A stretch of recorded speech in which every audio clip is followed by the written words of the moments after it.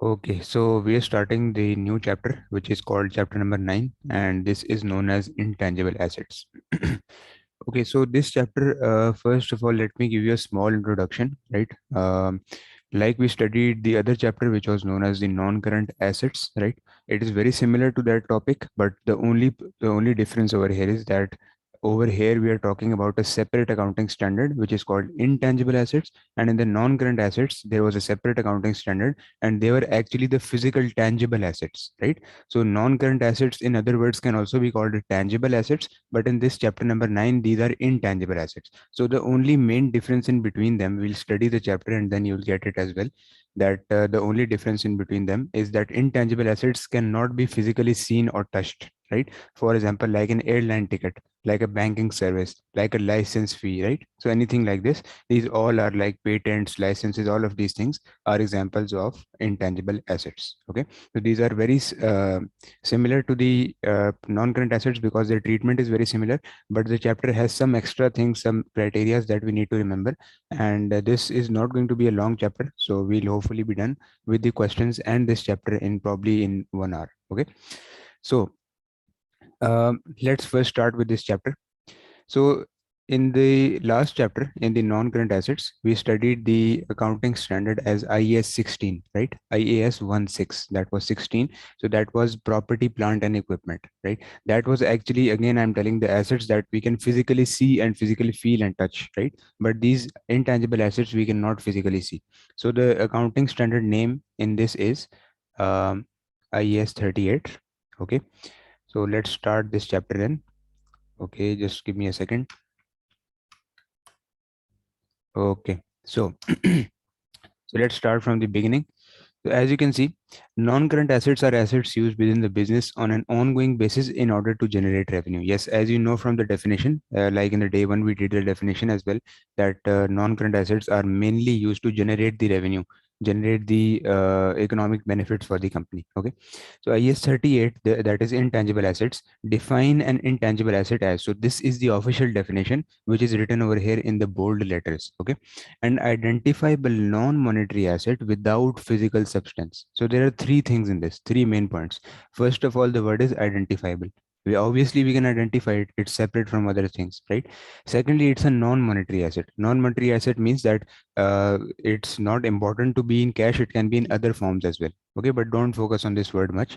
Without physical substance, this is the main word over here. Physical substance is not available in intangible assets. They don't exist physically. Okay, in particular, the key characteristics of intangible non-current asset are as follows. So it is a resource controlled by the entity from which the entity expects to derive future economic benefits. So I think the definition over here is exactly the same to the non-current assets, but the only difference, again, I'm telling again and again, that it's the lack of physical substance. Okay, in non-current asset there was a physical substance, but in this there is no physical substance. Okay, so it is identifiable and separately distinguishable from goodwill. This we will also look at in this chapter later on. You will understand what goodwill actually means. Okay. Now, let's do the next thing. The basic principle of recognition of intangible asset in financial statements is that the asset meets. So basically the criteria that we're going to study right now, that when do we, identify an actual intangible assets? How do we know, is it intangible or is it not intangible? So first of all, it should meet the definition of intangible asset. The definition is basically written over here. This one, these 3 points, these are the definition. Let me write over here as well. This is the definition of the intangible assets. Okay, and then second thing is that the recognition criteria should also be met. The most important thing in this is this one, the recognition criteria, because as I told you above, definition is mostly same as in IS 16, which was property plant equipment, the last chapter, right? So as with any asset, it should be capable of reliable measurement, and it is probable that future economic benefits will be received. Obviously, this is the normal definition that we studied in the last non-current assets as well. So the examples you can see over here as well of the intangible assets, licenses, patents, brands, like the example I gave you in the start of the chapter. So trademarks, copyright, franchises, all of these are examples of intangible assets. Again, the thing is that they lack physical substance. We cannot see licenses, we cannot see or feel patents, right? Brands we cannot touch, we cannot see, obviously. Okay. Now, There are basically two costs associated with the intangible assets. We'll study that in a while. Down below, we're going in just a minute. So development costs are internally generated intangible assets which are capitalized provided the specified criteria has been complied with. Okay, so let me explain you over here beforehand. So intangible, one second. Intangible assets have basically two types of cost that we are going to study right now in just a second. So intangible assets have first cost which are known as development cost. Let me give you the overview over here and then the rest things we will study from the study text. So first thing is development cost. Second cost that are known as research costs. Okay, so one thing that we always have to remember, this is a hard and fast rule that we have to remember, that research cost, whenever you see a research cost, we always have to expense it out. The details and the reasons we'll study in just a minute. We are going down to the details of these, but I'm just giving you a summary, just an overview. Okay, and development cost has a criteria to satisfy, and depending on this criteria has basically 6 points. If those all 6 points are satisfied, then it is capitalized meaning, as you remember in IES 16 I told you, right? You remember two things were capitalized: all cost incurred in bringing asset to present location, and all cost incurred in bringing asset to working condition, right? So these two costs were capitalized. So there is similar thing over here as well, that these 6 point criteria we are going to study in just a while. If these 6 points are satisfied, then only this development cost will be added onto the assets cost. This is the meaning of capitalization, right?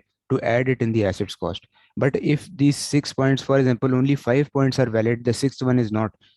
Only if one point is not valid, then we will straight away also expense it out in the statement of profit or loss. So this is basically the summary of the treatment. Now let's read it in detail, what we have over here. Okay. Now, this is basically the difference between the assets, as you can see. So tangible non-current assets and the intangible. So here are the main differences between them. So the tangible ones, obviously they have physical substance, and the intangible do not have physical substance. Okay, then normally involve expenditure being incurred. Tangible assets have, I told you, capital expenditure as well and revenue expenditure as well. So intangible assets can be purchased or may be created within a business without any expenditure being incurred, right? So this means that there are some kind of intangible assets that either can be purchased or can be generated by yourself even. Okay, I'll give you one two examples as well. Like one example is written over here, brands, right? So brand we don't purchase, right? Yes, in some cases when one company is purchasing the other company, they purchase the brand, but it can be generated by itself as well. Like McDonald's, like WhatsApp, they generated their brands within themselves, right? They did not purchase from anyone. Did McDonald's purchase a brand from anyone? Did KFC purchase a brand from anyone? Did Amazon purchase a brand? No, they generated by themselves, right? So intangible assets can generate the brand by themselves as well, and they can be purchased from outside, like a simple market as well. Basically, it's called a company market, right? From where you can purchase the companies. That process we'll be studying in the next few topics, which is towards the end. It's known as consolidation. When we purchase another company, we consolidate it. We all write all the line items of the statements together because we have now control over the company. Okay, but that's not relevant over here. So cost of the tangible asset is capitalized, obviously, and purchased intangible assets are capitalized. Generally internally generated asset may not be capitalized. Yes, this is one important point. Okay, we will study again, this is just a summary. There is a detail coming in just a bit. So again, what happens is that these points you can either memorize them, or the better way is that you can learn them in easy way. You should understand it. Okay, you should understand it, try to understand it. So what happens is that whenever we are purchasing, for example, like a car or a building or a van or land, those are tangible assets, right? So those are capitalized. We add the asset cost in the statement of financial position under the non-current assets, right? But in case of the intangible assets over here, what happens is that there are two kind of intangible assets. Let me tell you over here. One kind is the purchased ones. Like I just gave you the example, if we are purchasing any company, right? So we purchase a brand or the goodwill. And second one is basically internally generated. Internally generated are the ones which you basically make from the start, right? Like I gave you the example of WhatsApp, Amazon. So they started from zero, right? They did not purchase any brand. They started from zero. So obviously their brand name is internally generated. So always remember the rule is that internally generated assets are never capitalized. Okay, so that means that internally generated assets will never be written under non-current assets, never. They have a separate treatment. I'll discuss it further. But purchased assets, yes, if we purchase something, yes, it will always be capitalized. So it can be written. Only the purchased intangible assets can be written under the non-current assets. So this is the main rule over here. Okay. Now another main difference is this, that in the tangible assets in the previous chapter, as you remember, we accounted for the depreciation, right? And what was depreciation? It was basically a monetary measure of basically charging a wearing out of the asset from time to time, right? So we systematically charge it on the asset, divide by the useful life, right? Remember. But in this, in intangible asset, depreciation is no word over here. All of the things are same as depreciation. The only word over here is used is amortization, as you can see. Okay, so amortization is a reflection of the wearing out of capitalized asset. So both things are the same. Let me make one thing clear. Depreciation and amortization are exactly the same thing. In amortization we also, divide by the useful life. In depreciation we also divide by the useful life, right? Both definitions are the same, only the word is different because it's intangible assets, right? So the word over here uses amortization, not depreciation. Okay. So as you can see over here, again, many examples of intangibles are given: development cost, goodwill, trademark, licenses, patent. We already did these examples above as well.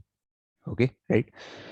Now we'll do the questions from the kit, from the exam kit once and all.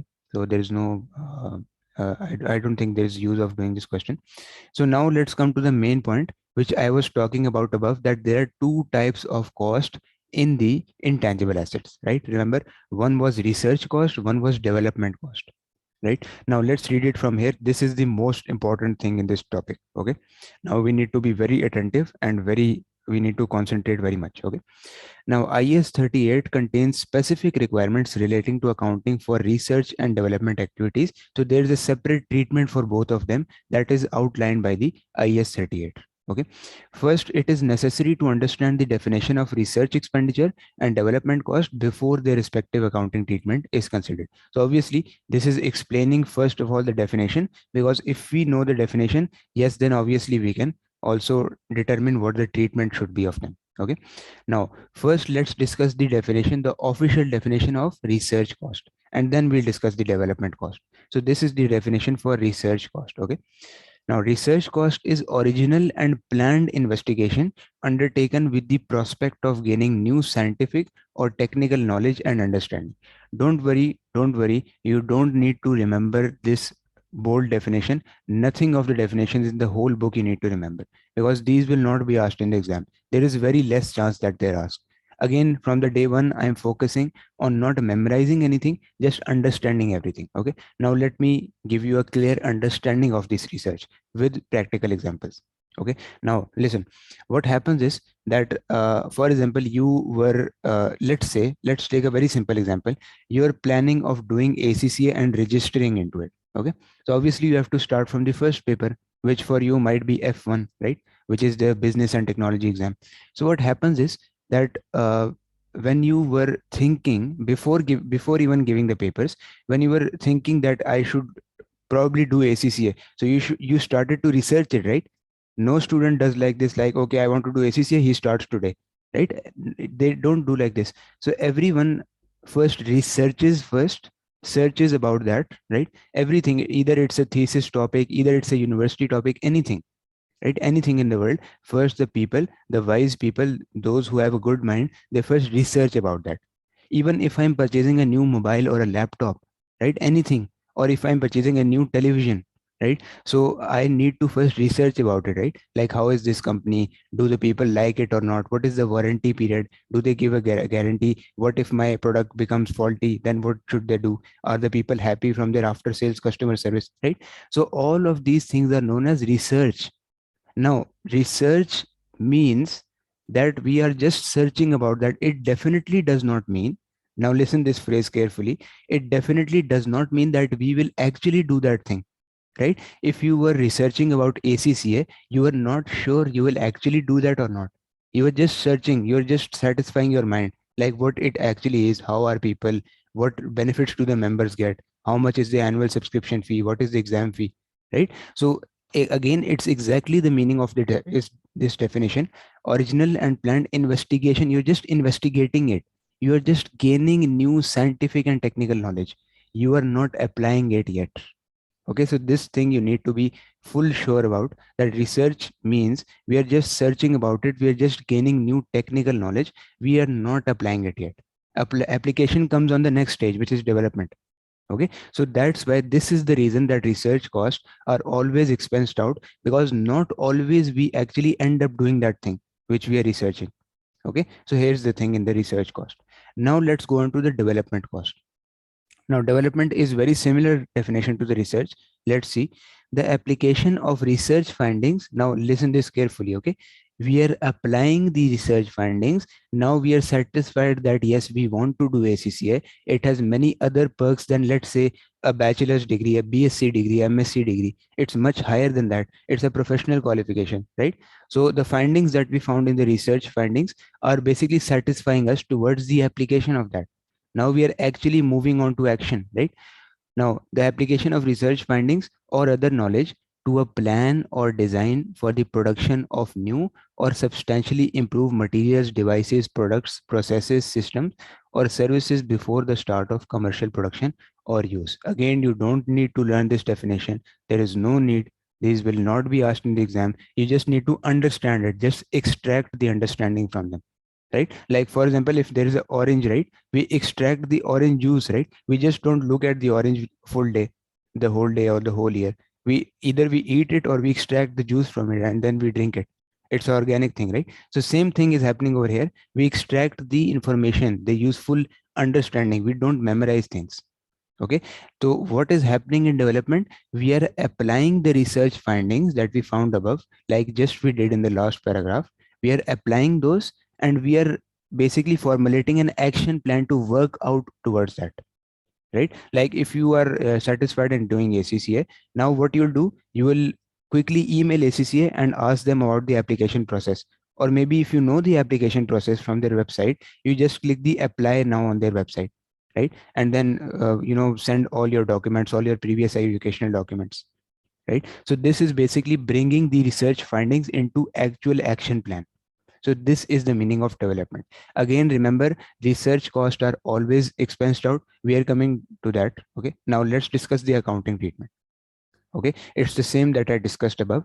So when company undertakes research and development activity, expenditure is incurred with intention of producing future economic benefits like increased sales and profit. Obviously, in this case, the ACCA example, the mobile phone, the television example that I was giving you just to explain the definition, but in actual this is applied in companies, right?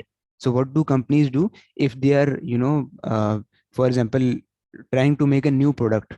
Like they already have launched a new television, they're just changing some designs, they're making the screen big, or they're making the design very aesthetic, they're adding new features. So basically, you might have seen, this is exactly the thing, you might have heard and seen many departments in companies, they are very important, they are known as R&D departments, which is research and development, and exactly these things they are doing.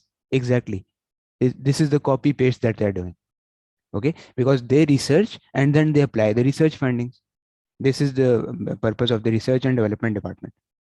Okay, so what is the intention of them? To produce new things, to increase their sales, to increase their advertising, obviously. Okay, so accounting issues, therefore, whether these costs should be expensed or capitalized, right? Now let's see what will be expensed and what will be capitalized. So research cost, first we are discussing research cost. So all research expenditure should be written off to the statement of profit or loss as it is incurred. So same thing I explained above, right? All research expenditure is simply written as other expenses in the statement of profit or loss. Simple. There is no second thing over here. Okay, now research expenditure does not directly lead to future benefit. Yes, this thing I was explaining to you, research is just finding things, right? You're just searching about ACCA. Or let's take an example of company is just now thinking to make a new design of the company, of the television or the mobile phone or a laptop. Again, the word is thinking, right? So thinking actually always does not lead us to do the action plan. If I'm thinking, I may be thinking for my knowledge, for my general knowledge, and it's not necessary that I actually do that action plan, right? So it does not directly lead to future benefits, and therefore it is not possible to follow the matching concept. The matching concept we'll discuss it any other class, because this is a long topic. Probably we'll discuss it in the financial statements chapter. Okay. Any capital expenditure on research equipment like property, plant equipment should be capitalized and depreciated as normal in accordance with IAS 16. So yes, if, for example, if we need to research, let's take an example of a pharmaceutical company. Okay, so for example, they are researching a new medicine, right? So obviously they need machines, proper machines to do that, right? So in some cases research also needs a capital expenditure, right? Like research sometimes needs new laptops, new machines to be imported from outside just for the research. We are not actually doing that thing, we are just researching it, we are just experimenting things. Okay, so if a pharmaceutical company is planning on making a new medicine, it might have to import some machinery, buy some new laptops, buy some AI, artificial intelligence things like that, hire some new scientists, right? So all capital expenditure on research expenditure, yes, it will be accounted as similar under IAS 16, just as we studied in the last topic. Because this, why are we accounting under IAS 16? Because maybe that laptop or the machine we are not purchasing just for the research, obviously it will have a life of 10-15 years. So maybe after the research is completed, we might use it for any other purpose, right? So at the end of the day, it's helping us to achieve our economic benefits, right? So that's why it will be accounted under IAS 16. But remember, the main thing is that research expenditure is always expensed out. It is never capitalized. Okay. This was the accounting treatment for research expenditure. Okay, I hope you got it. Now we are coming to the main and the most important thing, which is the accounting treatment for development cost. Again, I'm repeating, in research what we did, we simply expensed it out. Simple, there is no second thing. In development cost, yes, there are 2 3 things to remember. First of all, we need to see these 6 points criteria. These are the 6 points that need to be met. All 6 of them need to be met in order to of them to capitalize. Okay, now the 6 points I'm reading from the start, it's very simple. You can understand them in small points as well. It's not important to learn the whole point over here. Okay, I'll tell you a shortcut of this as well after doing this. Now, first point, it is technically feasible to complete the intangible asset so that it is available for sale or for use. So the first word over here, what is it? Technical feasibility. So technical feasibility are 2 words. What this means is that we have the technical resources, we have the technical human capital, we have the technical basically resources to complete this, right? If I am planning to make a new space rocket and I'm just, let's say, an O level or A level student, or just a university student, so it's not technically feasible, right?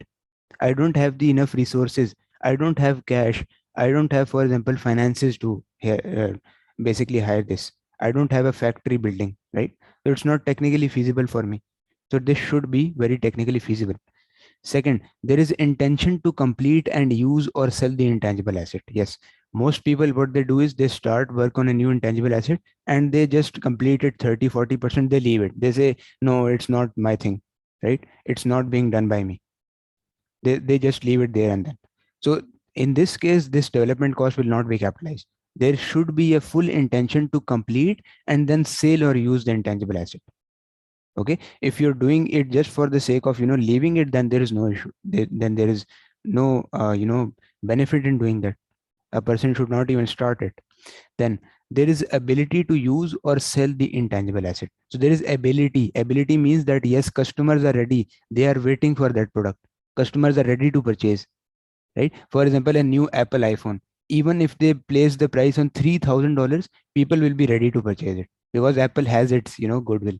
So people are ready to give their life for Apple, right? So this is the thing over here. Then existence of a market to sell either the asset itself or its output, or usefulness of asset can be demonstrated if it is to be used by the business.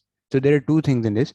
First of all, there should be a market, right? If I'm making totally out of the world thing. It does not have a market. People don't even know the concept of it, right? Then what's the use of making it? Because there is no market.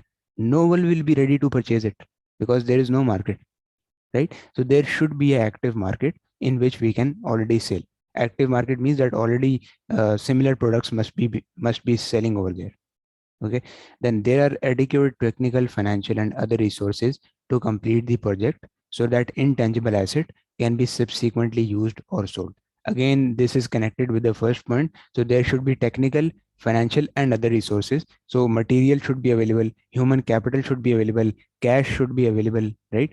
A proper factory building where we should work on that, it should be available. Every resource should in short be available. Okay, and the last one is there is ability to reliably measure the expenditure. Yes, this is very important because this was a point in the IES 16 as well, in the property plant equipment, that everything should be measurable. The cost should be measurable. If it's not measurable, if we don't know, either if the cost exceeds $1 trillion, then there is no use of doing this, right? We should be able to reliably measure the cost, right? So again, the word over here is either measure or estimate. It doesn't matter if we don't know the actual cost, it doesn't matter, but we should be able to estimate it. Okay, the word over here is estimate or reliably measure. Okay, so these are the 6 points. Again, if these 6 points are satisfied, we will capitalize the development cost. That means we will start to amortize it. The other word for depreciation, we'll start to amortize it and we'll write it under non-current assets. Okay, but research costs are always expensed out. There is no second thought on that. If above criteria are not met, development expenditure must be written off to the profit or loss as an expense, right? Obviously, even if these 5 points are satisfied, the sixth one is not, we should straight away expense it out. Okay, same thing is written in this point. So if research expenditure has been treated as an expense, it cannot be reversed. It cannot be treated as an asset because research is never, treated as an asset. It is never capitalized. Research is always and always expensed out. Okay, now subsequent treatment. Subsequent means like what next, what happens next. Okay, so asset should be amortized over the period that it is expected to benefit. This ensures that costs are matched to the revenue in the statement of profit or loss. So obviously, when the actual commercial use or selling of that begins, then we should amortize it according to the useful life. Okay, then amortization, this is very important point, this one. Okay, you need to listen it very carefully. Amortization should commence with commercial production and charged over the period over which the business expects to generate economic benefits. Let's say if machine was ready to be used in 2020, but the management was very lazy and they actually started commercial production. They actually started the key of the machine and then it started to produce units in actual after 5 years, which is 2025. Right, again I'm explaining, the machine was ready to be used in 2020, but actually the key was pushed and start button was generated, and 2025 it actually began its commercial production.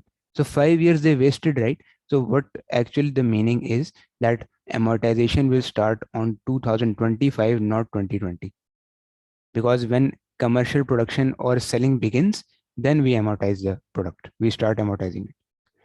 Okay, this is very important point. Then each product should be reviewed at the year end to ensure that sector criteria is met. So this is the short form of that of the 6 point criteria that we just study over here in development cost. So the short form of this is sector, SECTOR. So you can match the words above, it's very simple to understand. Okay, so what it's saying in this point is that each year it should be reviewed.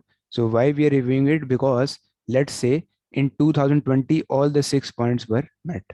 In 2020 all the 6 points were met, so we were happily capitalizing it. But let's say next year 2021, only suddenly 4 points, we were actually shocked to hear this, we were very surprised to hear this, the management was very surprised that only 4 points are being capitalized, right? So this is the importance of testing it every single year, the development cost criteria, so that we get to know what we should capitalize and what we should expense out. So this is the meaning of this point number 3. Okay, got it. So these things you can also read. This is just theoretical things, right? Now let's do this illustration as well so that you can get the hold of the concept over here. So Bright Spark Limited is developing a new product, the widget. So new product name is widget. This is expected to be sold over a 3-year period starting in 2016. So obviously, when will the amortization start? In 2016, because when the product is ready to be sold out or ready for commercial production, only then the amortization starts. Then amortization begins. Okay. So this is all the cost structure given for the 4 years, 15, 16, 17, and 18. So this is the net revenue on the first line, then net revenue from widgets, the specific product, the new one they are making, and these are the development costs. Okay, so show how the development cost should be treated if number A, the costs do not qualify for capitalization. So if they are not being qualified for capitalization, this 900 will be expensed out there and then. Okay, there is no need to divide it. You can see in part A, the solution for part A, if capitalization criteria is not met, we will straight away expense it out in the first year. Okay, this is the meaning over here. So this is the reason why in the first year we are getting a $500 loss, but in other years it's not actually you know divided in correct way. Now in part B, you can see costs do qualify for capitalization and are amortized on a straight line basis. Yes, so if they are amortized on straight line basis, what we do is that development costs are 900, right? And what is the useful life? It's written over here 3-year period, right? So 3 divided by 3 we do, and we get an annual amortization, which is in other words depreciation as well. So it's $300 each year. So what we'll do is, as you can see over here, we'll leave the first one because it's amortized over 3 years, right? So commercial production, when is it starting? In 2016, right? In the question it's written. So amortization begins whenever the commercial production or selling begins, right? So selling is beginning in 2016. The machine is started in 2016. So that's why 300, 300, and 300, 3 years life, right? 16, 17, 18. So that's why we have divided it over 3 years. This is the meaning of amortization. So now you can see it's well divided. That's why all years are giving us a steady profit over here. There is no loss. Okay. So this is the thing. If you get the hold of the concept, that's very nice. Okay, this is, I think, the last thing. Let's complete this, and after the topic will be ended, and after that we'll move towards the get questions. Okay, now measurement of intangible asset. So initial recognition, an intangible asset shall be measured initially at cost. So measurement is very similar to the IAS 16 that we studied in the last chapter, the property, plant, and equipment. Okay, so initially it should be measured at cost, and cost contains all the things, the capital expenditure basically. Okay, now what about subsequent measurement? Subsequent measurement means that what about the next years, what how will be accounted for the next years? So IAS 38 permits either cost model or valuation model. So it's very similar. You can see, you remember in the last one there were also two models in IAS 16. One was the cost model and second was the revaluation model, right? But the word re is not put over here, it's just valuation. Okay, so either cost model can be followed, or the valuation model. Okay, to be used for subsequent measurement, if cost model is applied, an intangible asset shall be carried at its cost less any accumulated amortization and any impairment losses. So impairment, just ignore this over here, because impairment we'll study after that. When we start the goodwill, it will come in consolidation. Okay, so again in cost model it's exactly the same thing. What we were doing is just measuring on carrying value. Carrying value is cost minus the accumulated. Over here the word is amortization. Okay, so cost minus accumulated amortization, this is carrying value if we are accounting on the cost model. Now what about the valuation model? Let's see. For the valuation model to be applied, fair value should be measured by reference to an active market. So basically market value is equated by the word over here, fair value. Okay, in F3, in financial accounting, in the whole world, the word used is fair value, not market value, but the meaning is same. This means that actually the similar asset, how much is it traded for in the active market if we go to purchase a new one. Okay, in effect this requires the intangible assets to be homogeneous, that is identical in nature. If machine A is identical, it should be similar to machine B, so that's why it is easier to measure the fair value of both. So this is very rarely the case, and therefore, to all intents and purpose, intangible assets are accounted for using cost model. Yes, this is a valid argument over here. This is a very valid point, because what happens is that intangible assets are according to the customer specification, right? They are tailored. So every license is not same. Maybe some license is for the driving license. Maybe some license is for gun, right? For owning a weapon or a gun. In some countries, this happens. You need to have a license for keeping a weapon, right? Maybe the license is for a machine to operate. Maybe the license is for a specific medicine to be imported, right? So all licenses, patents, brands are not same. They have different nature, different backgrounds. So that means it is in IS 38, it is, mark my words over here, in IS 38, it is very difficult to apply the revaluation model. Okay, because the fair value cannot be determined for every kind of license or patent, because everything is different. It's not identical. Okay, so that's why most companies use the cost model over here, because it's easier to apply over here. Okay, in practical terms, capitalized development cost would not meet the criteria for the valuation model to apply, and cost model should always be applied. Yes, this is a valid argument. Again, the same point. In rare situation where valuation model can be applied in a similar way to IAS 16 dealing with revaluation of property, plant, and equipment, any upward revaluation is recorded as an item of other comprehensive income. So same thing that we studied in IAS 16, the revaluation, where were we recording it? In two things, in either OCI, one was OCI, and second one was this revaluation surplus, which was under equity section in the statement of financial position. But don't focus on this very much, because there is a valid argument over here as well, and everyone knows that IAS 38, the intangible assets, are very rarely recorded on the valuation model. Most of them are recorded on carrying value, which is the cost model. Okay, now this is the last thing. What are the disclosure requirements? That means what do we need to tell the shareholders in this case? So amortization method used and expected period of amortization. This is very important. We need to tell them that what amortization method we're using, reducing balance, straight line. Okay, and expected period, what is the useful life, how we estimated it.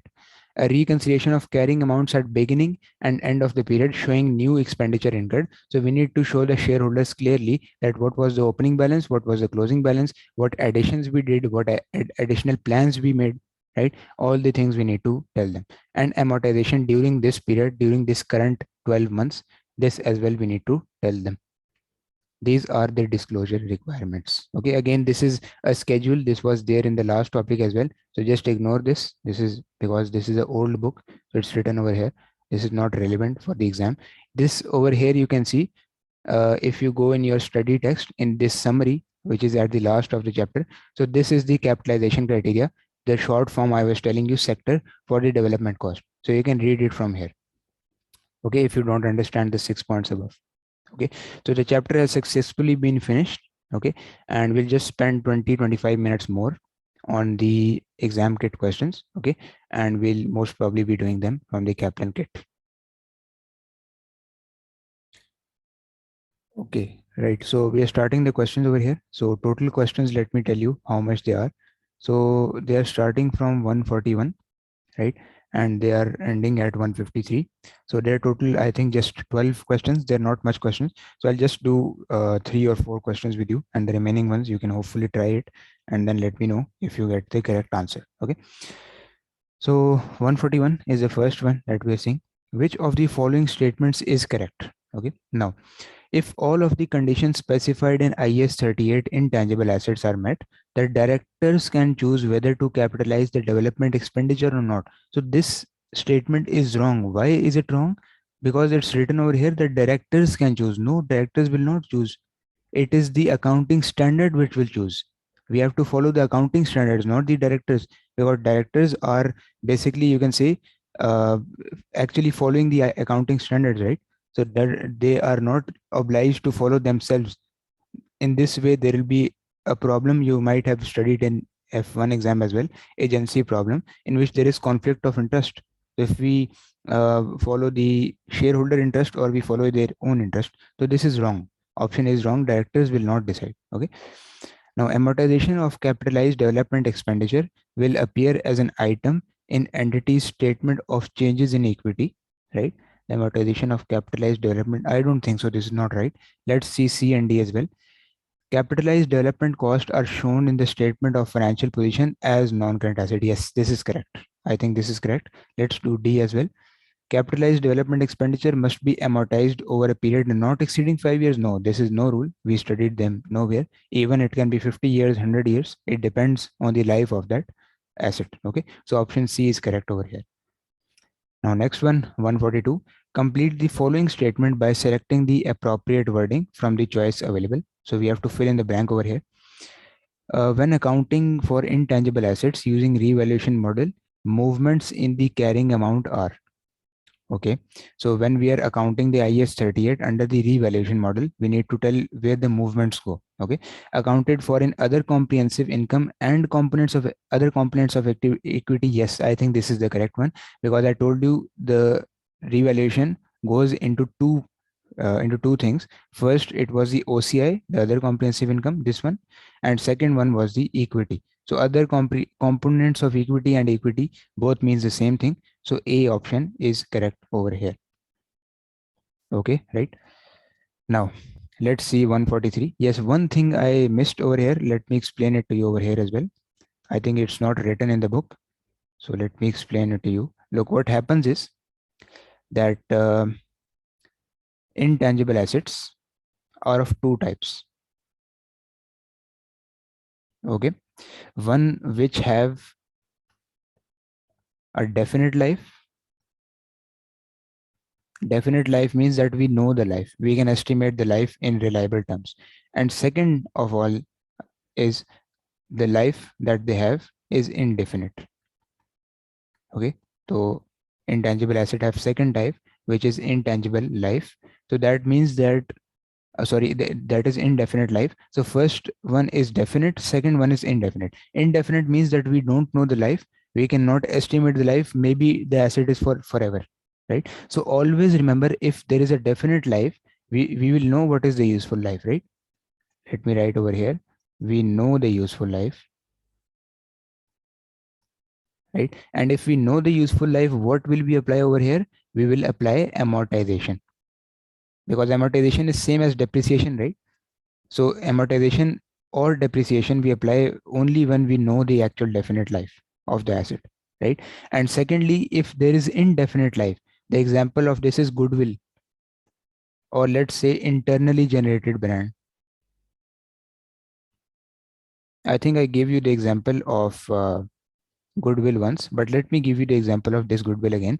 So let's say if Facebook is made, WhatsApp is made, Amazon is made, they made their own goodwill, right? So goodwill is actually the reputation of the company among all the customers in the world. So obviously Facebook is the most famous thing, WhatsApp is most famous, Snapchat, Instagram, and apparently Facebook has purchased all of these, right? So you can see the influence that Facebook is creating on everyone. So there is a lot of goodwill in Facebook. Everyone knows Facebook, even a small child, a 2 years old child knows what Facebook is, right? So that means goodwill is the reputation of the company, which is written in cash form, right? So reputation can be $20 million, $30 million. This is estimated by the companies. You will study how we'll estimate this in the next exam, which is F7. Okay, so the point here is that indefinite life intangible assets are never amortized, because we don't know their life. So how will we amortize them? We will divide it by what useful life, right? For example, let's say an intangible asset was 5,000. So if we don't know the intangible, if we don't know the life, if it is indefinite, how will we amortize it? So that means amortization will not happen over here. The word over here is impairment. Okay, so impairment is the word used whenever the indefinite life intangible assets are being decreased in value. Okay, impairment also means same thing as amortization. It also means the accounting for wear and tear, but impairment is a most definite used life, definite used word for the indefinite life assets. Okay, so always remember, indefinite life assets are impaired and definite life assets are amortized. Now let's do this question. So what is the correct accounting treatment for intangible asset with the indefinite useful life? So I just told you that indefinite useful life, what we do is we impair them, right? Now let's read these. It is recognized at cost for as long as the entity has the intangible asset. No, I think this is wrong. This is a vague statement. It is it is recognized at cost and is subject to annual impairment review. Yes, I think this is correct. But let's read the other ones as well. It is recognized as at cost and entity must estimate the estimated useful life. No, this is not amortized. We cannot estimate the useful life because it is indefinite. We don't know the life. Even if we spend much money on this, even if we call many valuers, we cannot, the actual fact is that we cannot estimate the useful life in this, right? It cannot be recognized as intangible asset. No, this is wrong. We have to record it as intangible asset. Okay. Now, one second. Let's read it again. It cannot be recognized as intangible asset as it would not be possible to calculate an annual amortization charge, right? So I think this is also not correct, right? Because again, the word over here is amortization, so not correct. So the correct one over here is option B, which is it is recognized at cost. Yes, it is written in non-current assets. There is no reason we should not write it, right? So and is subject to annual impairment review. This means that after every 12 months, after every year, we will check what is the annual impairment of this asset. Okay, we'll check it after every year. Now let's do this last one, this 144, and the remaining ones you can try at home. Identify whether or not each of the following items should be capitalized as intangible asset from the following list. Okay, let's see if this is capitalized or not. So employment cost of staff conducting research activities, right? So should this be capitalized or should this not be? Employment cost of staff conducting research activities. So you see again, this word is research. They're conducting research. So I told you whatever things we are involving in the research costs is always expensed out. It's never capitalized. Okay. So the correct one would be not capitalized. Then cost of constructing a working model of a new product, right? So if we are making something like a prototype, right? This is basically meaning the prototype of a new product. So that means we are actually working on the action plan, right? We are just not researching. This constructing a new working model is, if you think about it with your mind, you can see that we are applying the research findings, right? We researched about it. Now we are making that. We have not started commercial production, but we are actually serious about making that product, right? So yes, this should be capitalized because this is a development cost. Okay. Then materials and consumables costs associated with the conducting scientific experiment. So again, the word over here is experiment, right? You can see experiment means that we're just researching out. We are just testing and trying new things. That means they should not be capitalized because this is not related to the development cost. Now the last one is license purchase to permit production and sale of product for 10 years. Yes, so this is a license. So that means this is, look, license is only purchased when we are actually serious about doing that product, making that product. If we are not serious, then the thing will finish at research activity, the research cost, right? So we are serious about making the product, right? So that's why we moved one step further and purchased the license, because licenses are very expensive. They're not cheap. So why would we spend money if we are not serious? So that means we are serious. That's why we purchased this 10 years license, right? So that means this will be capitalized because this will be treated as a development cost. Okay, I hope you got it. And the questions are, most of them are completed. The remaining 6, 7 questions you can try. Okay. And hopefully we'll start with the next topic.